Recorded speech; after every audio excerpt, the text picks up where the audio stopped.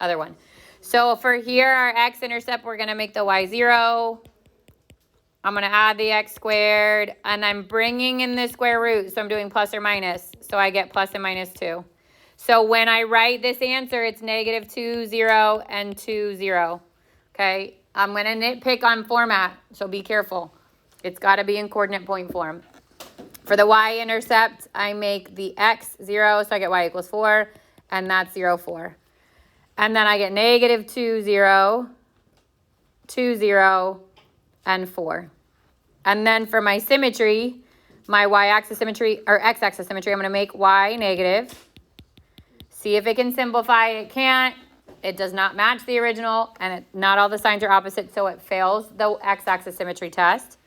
For y, I'm going to make the x negative. When I plug it in, it's in parentheses, and the squared comes before the negative before it. So the squared makes the negative on the x go away. And now this equals my original. So this would have y-axis symmetry. And then for the origin, the negative y and the negative x, the negative on the x goes away, but the negative on the y doesn't. So it also does not have origin symmetry. So knowing what we know about parabolas, this is consistent with our curve, okay? If you get 3 points from your intercepts, you don't need to plot any additional points. If you still, even with those 3 points, have no idea what your graph looks like and you want to plot extra, go for it, okay? And if you have less than 3 points, then you need the extra. So my advice is if the graph part throws you off, get what you can get, move on, finish your quiz, and then if you need to plot the extra points, you can go back. But don't run out of time because you're wasting time plotting points, okay? So then if I graph this on the graphing utility, again, it's not going to be this simple of an equation, but you want to make sure you would be able to graph that. 4 minus x squared.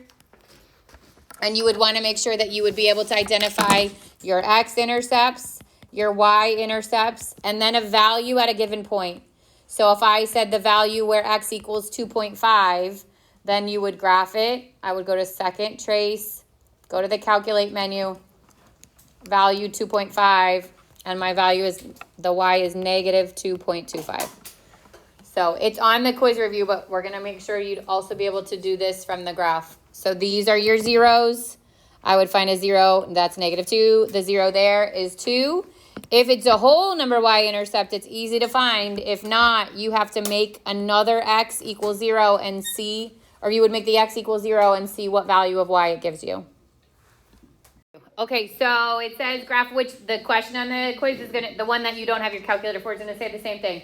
Graph the following equation using intercept symmetry and additional points. So you're going to get points assigned to just the intercepts, just the symmetry, and then at the end, your overall graph.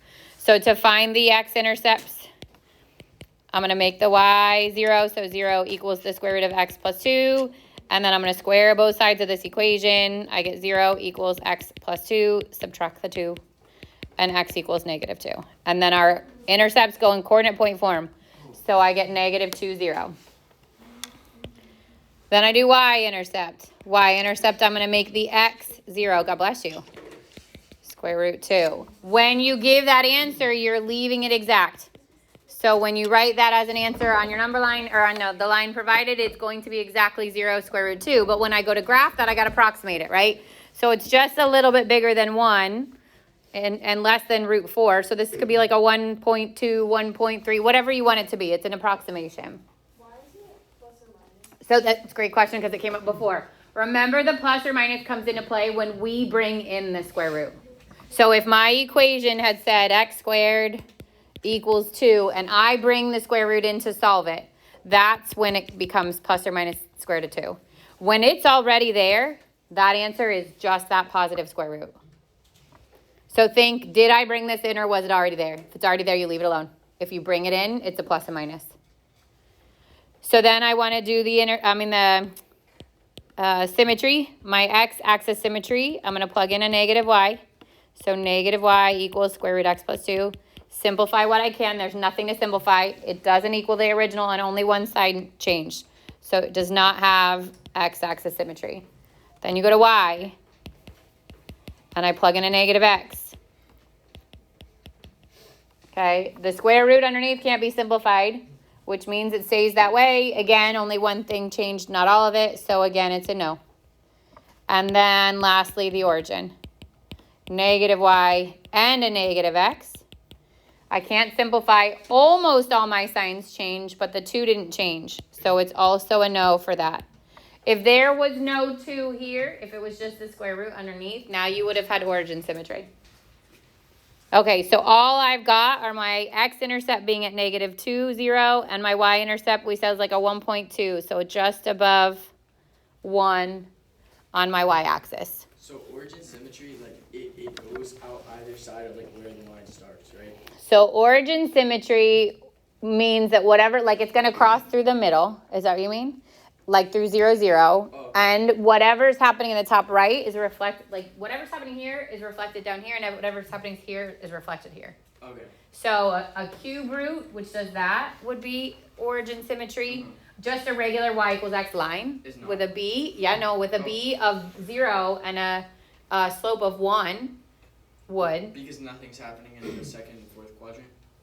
Well, but it could also go that way. Okay. Yeah. But- I mean, a circle has origin symmetry if my center's at 0, Mhm. because everything's happening and all. So it just has to match here and here and here and here. So the origin is always 0, 0. Yeah.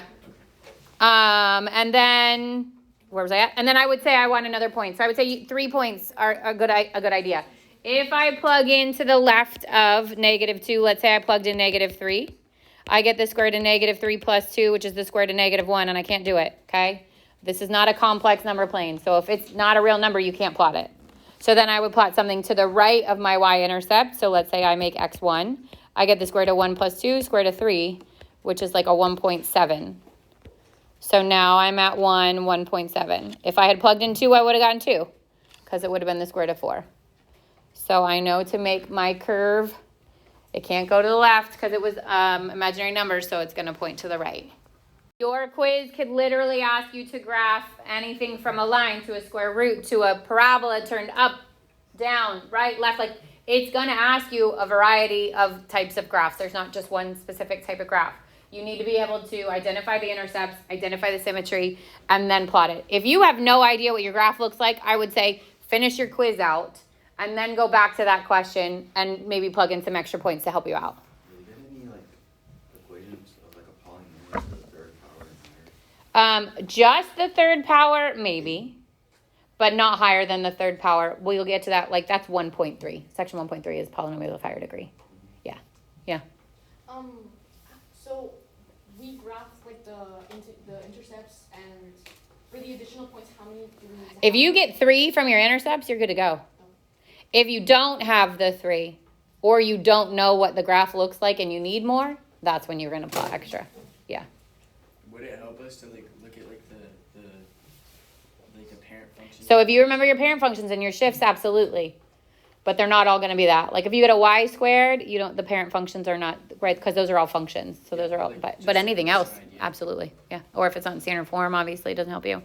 The other thing that you'll see, like, let's say I get a coordinate point that's not on my graph. Let's say I had plotted and it was like 215. Okay.